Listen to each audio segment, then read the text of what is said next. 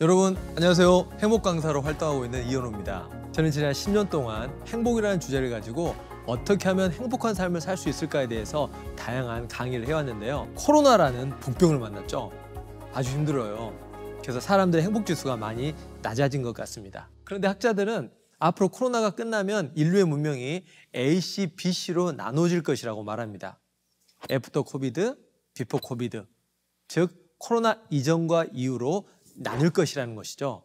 언택트 문화의 확산과 또 4차 혁명까지 가속화되면서 이 코로나 이후의 세상은 이전에 비해서 정말 엄청나게 변할 것이라고 말하고 있습니다. 이렇게 변한 세상에 나는 과연 잘 정할 수 있을까?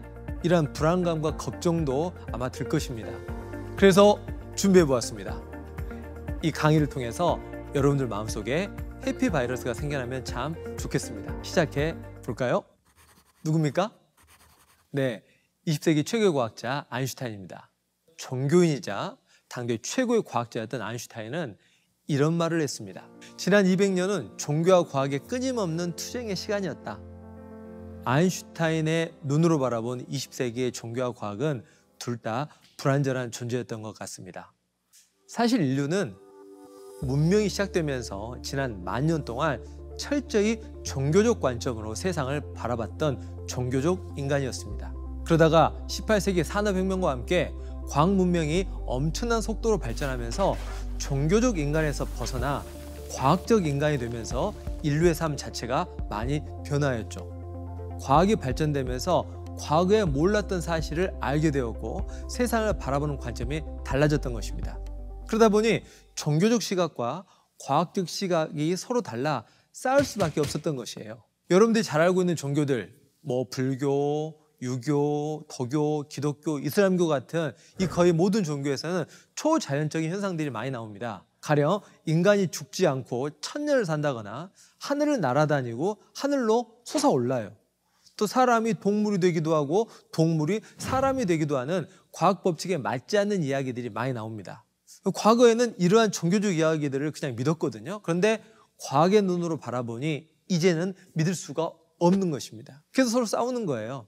그런데 여러분, 우리가 사는 이 세상은 보이는 세계와 보이지 않는 세계가 함께 공존하고 있습니다. 이 과학이 보이는 세상을 설명하는 학문이라면 종교는 보이지 않는 세상을 설명하는 학문이라고 말할 수 있을 겁니다. 그래서 이 두 세계를 제대로 이해하기 위해서는 종교와 과학 모두가 필요한 것이죠. 그렇기 때문에 종교와 과학은 서로 보완하고 협조하면서 인간이 잘 살 수 있도록 도와주는 역할을 해야 하는데 안타깝게도 지난 200년간 이 둘의 사이는 별로 좋지 않았던 것 같아요. 그렇다면 종교와 과학을 어떻게 바라보는 것이 좋을까요? 종교와 과학이 대립하고 있는 것 중에 한 2가지만 제가 설명해 보겠습니다.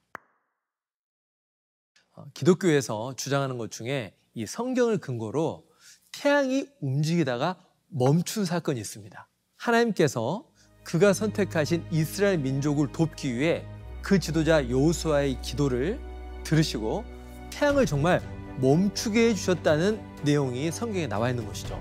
그러나 과학자들은 이게 절대로 일어날 수 없는 일이라고 말합니다. 지구과학에서 보면 지구가 태양 주위를 엄청난 속도로 돌고 있잖아요.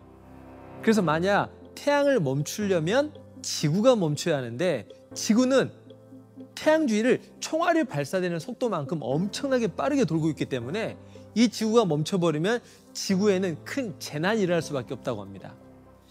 태양의 중력권 안에서 자전과 공존을 계속하고 있는 지구를 하나님께서 여호수아의 기도를 들어주기 위해서 만약에 정말 멈추게 하셨다면 이 지구가 어떻게 되겠습니까?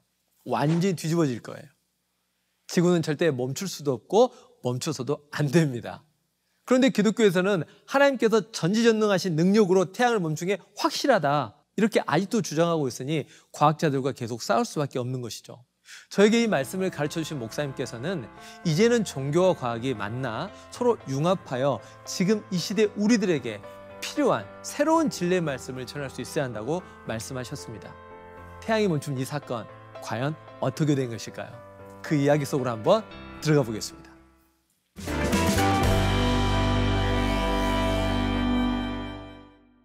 성경에 보면 하나님께서 선택한 이스라엘 민족이 나오는데요. 그 이스라엘 민족이 지금부터 약 3,300년 전에 애굽을 떠납니다. 여기 애굽 보이시죠? 애굽이 지금의 이집트예요. 이 애굽을 떠나 가나안으로 민족의 대이동을 하게 됩니다. 이때 이 이스라엘 민족을 이끌었던 지도자가 바로 여호수아 장군입니다. 여호수아가 이스라엘 민족을 데리고 이 가나안이라는 지역으로 들어왔는데 이미 이곳에는 다른 민족이 살고 있었어요. 이 사람들이 그들을 반겨주었을까요? 아니겠죠. 싸울 수밖에 없는 것이었습니다. 그 싸움 중에 한 번은 이 아모리족 속의 5명의 왕이 각각 자기 부족을 이끌고 와서 여호수아 이스라엘 군대와 전쟁을 하게 되었습니다. 아침부터 계속 싸웠습니다. 점심이 지나도 싸움은 끝나지 않았고 서로 팽팽한 긴장감 속에 해가 곧 서산 너머로 지려는 그 순간이 다가왔어요. 여러분, 해가 져서 어두워져 버리면 누가 유리할까요? 그 지역의 지형지물을 잘 알고 있는 현지, 바로 아모리족 속이 유리하게 되겠죠.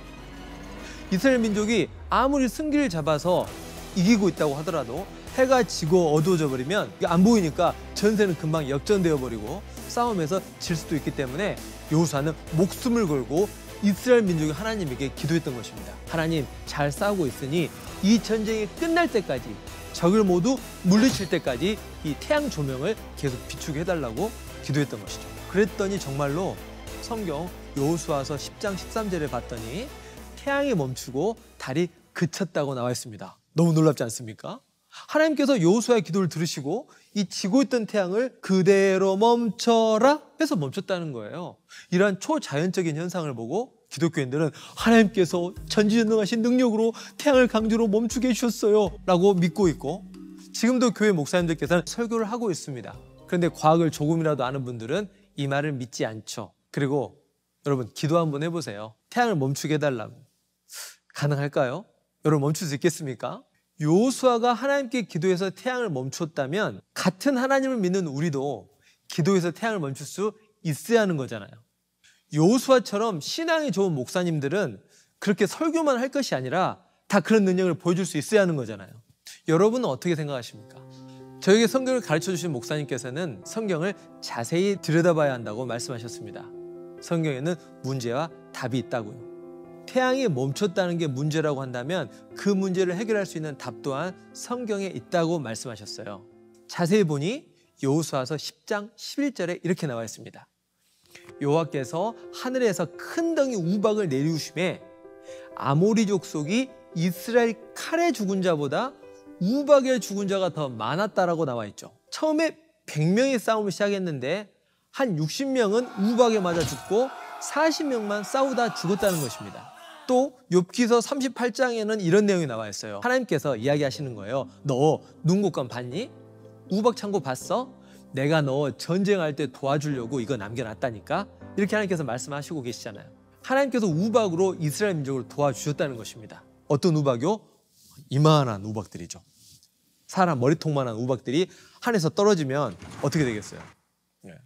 우리가 알고 있는 자연현상을 보더라도 태양이 멈추는 것은 불가능하지만 우박이 내리는 것은 과거나 현재나 미래나 다 가능한 일 아니겠습니까? 다시 말해서 여호수아의 이스라엘 군대가 아모리 족속 한 100명과 아침부터 싸우다가 한 오후 3시 정도가 되고 적군이 한 30명은 죽었어요. 이제 한 70명 정도 남아있는 거예요. 여호수아는 생각했습니다.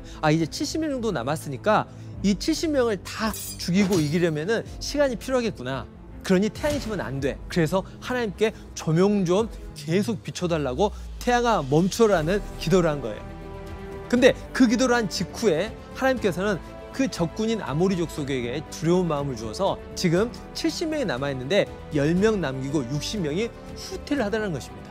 근데 후퇴를 하다 보니 거기에 엄청나게 많은 큰 우박이 내렸던 거예요. 그래서 그 우박에 다 죽게 된 것이죠.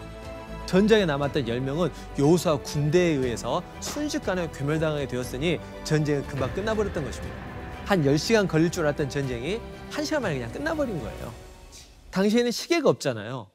태양이 얼마 동안 멈췄는지 이 시계로 잰 것이 아니라 오직 여호수아가 상대적으로 느꼈던 시간만 존재할 뿐입니다. 예를 들어 사랑하는 애인과의 데이트는 1시간이 10분 같을 겁니다. 군대에서 애인이 면회 왔어요.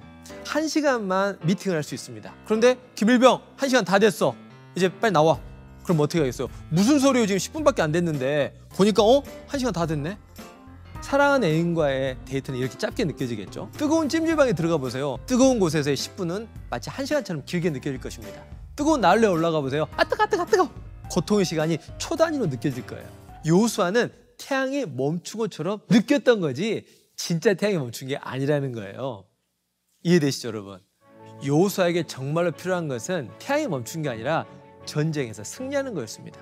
만약에 하나님께서 정말로 태양을 멈춰줬는데 여호수아가 전쟁에 졌다고 생각해 보세요. 태양이 멈춘 게 무슨 소용이 있겠습니까? 여호수아는 전쟁에 승리하는 것이 목적이었죠. 그래서 하나님께서는 그 여호수아의 기도를 들어주시고 그 목적을 이루게 해주셨다는 게 중요한 겁니다. 그리고 이렇게 이해하게 되면 여러분과 우리도 여호수아처럼 시간을 멈추면서 태양을 멈추면서 살 수 있는 거예요. 우리가 인생을 살면서 어떤 어려운 문제가 발생했을 때 여호수아처럼 하나님을 믿고 사랑하면서 살아간다면 하나님은 여러분의 기도를 들어주시고 남들이 10시간 할 수 있는 것을 1시간 만에 끝낼 수 있는 능력과 환경을 만들어 주실 거라는 겁니다.